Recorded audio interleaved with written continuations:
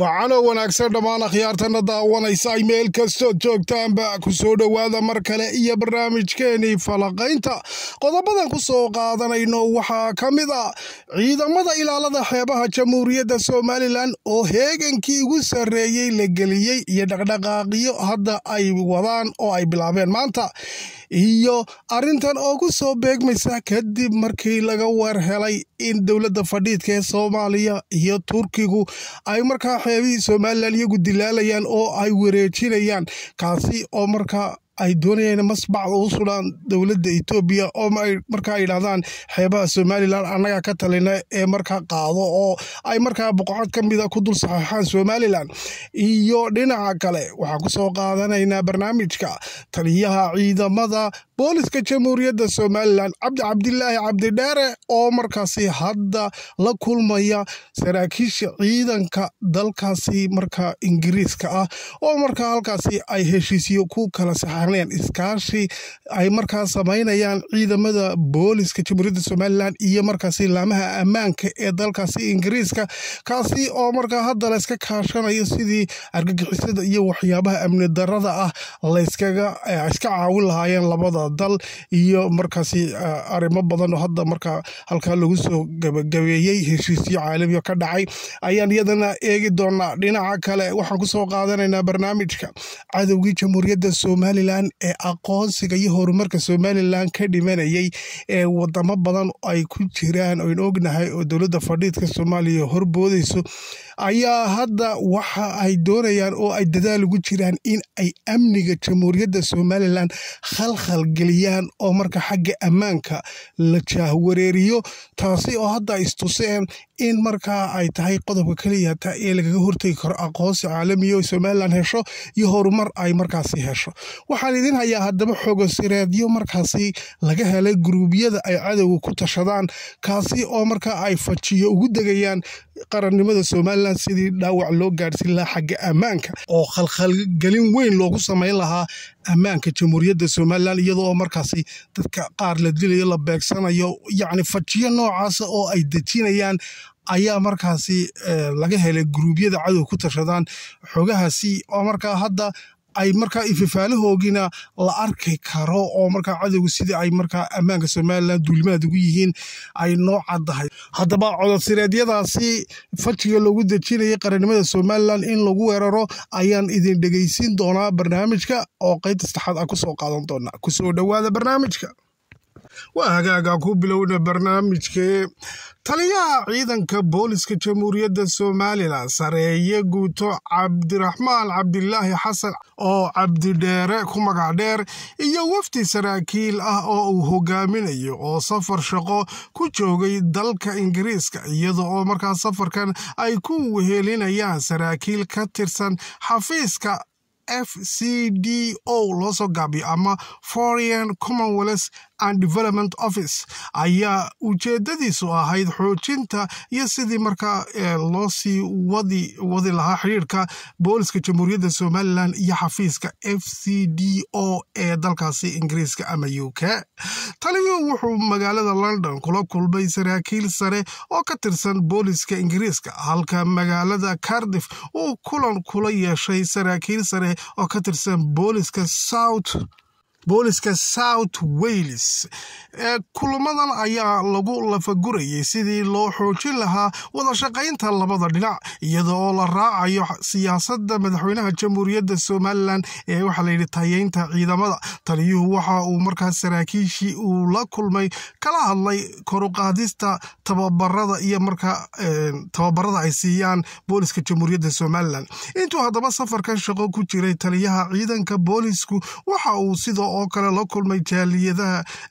jaaliyadda jamhuuriyadda Somaliland ee markaasi London iyo Cardiff isagoo oo kala hadlay doorkooda markaasi ay jaaliyadahaasi ka qaadan lahaayeen dhinaca horumarka dalka gaar ahaan dhanka amniga wadaag dhinaca kale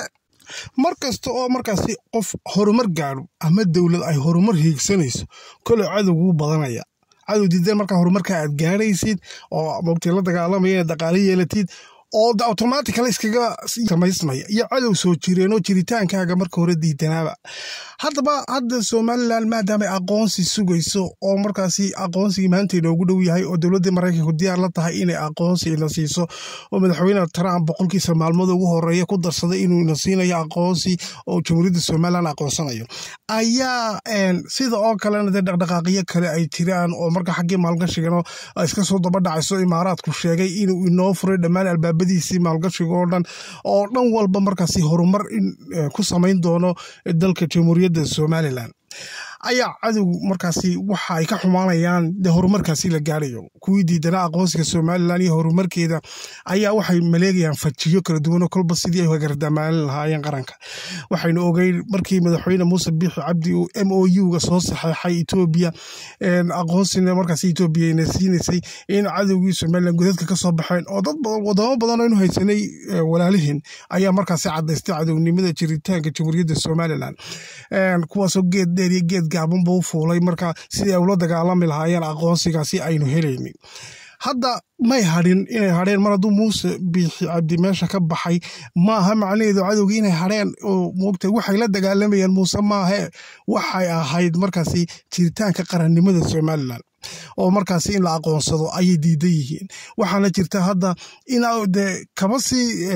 soo dhawaatay aqoonsigii sidii markii hore oo imika Trump diyaar leeyahay waana super power dowladda caalamka u taliya weeyaan cid ka daba hadli karta mar hadduu ku dhawaaqana ma jirto haddaba waxay hadda istusayaan awood kale oo ay kaga hortegi karaan iyo huuhaadii markii ay akhriyayeen MOU-ga ee oran jireen badda unaga alla iyo moogtahay ka bahaysigii masaajidada iyo meel walba lagaga dhawaaqayay lanaga dhigayay kufaarta isku soo bahaysanayeen iyo yacni badeeda baa la qaatay xasan sheekh tumuu ku baxeen iyo wixii oo dhani hadda ma shaqaynaysa hadduu Mareykan hadlo saa darteed waxay hadda istuseen cadowgu inay tahay meesha keliya Somaliland laga dhaawacay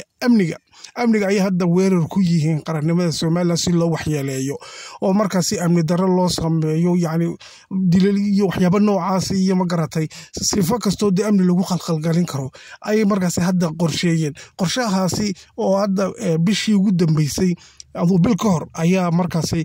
la helay codsireedyadan hadda markaasi aan idin soo dayn doono oo laga helay guruubyada cadowga ku tashadaan waxaana ay hadda istuseen leeyihiin ammaanka hala khalkhaliyo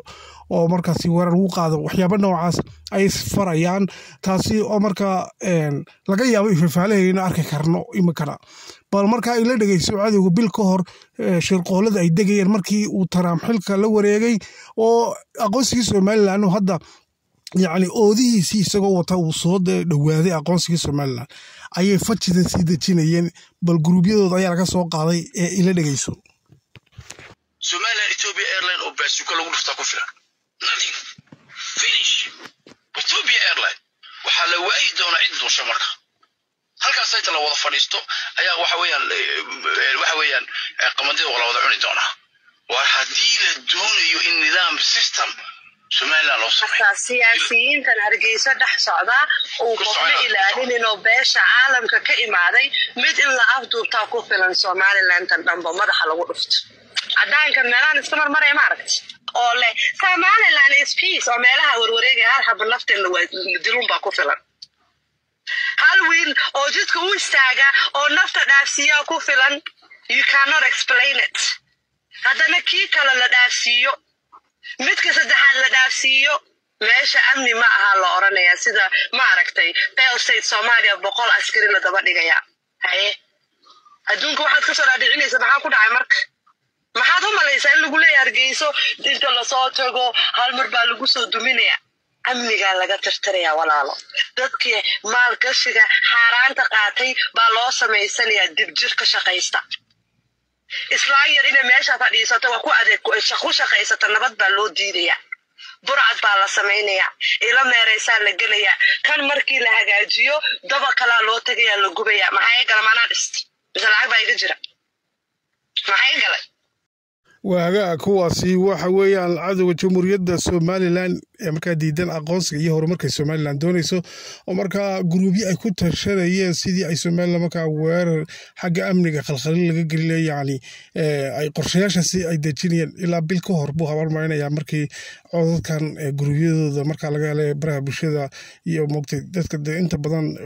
arrimaha qaranimada Somaliland difaaca ay soo dhigeen beejajkooga iyo markaasi goobaha kale ee lagu difaaca qaranimada Somaliland kaasi oo xogtan laga helay markaa cadowga Somaliland oo dejinaya qorshayaashii lagu burburin lahaa haddaba waxa hadda muuqata marka in yani ay hadda howlgal la bilaabayaan in ammaankii waxyaasi markaa waxyeelo u geystaan ay doonayaan maadaama Somaliland hadda aqoonsi buuxay sugayso iyo horumar waa hagaagii laga feejignaado weeyaan haddaba oo aynu ka howlgallo oo wixii ammaankeena khalkhalinaya aynu had iyo jeer isha lagu hayo loona midoobo barnaamijka intaasuu ku dhan yahay nabadgelyo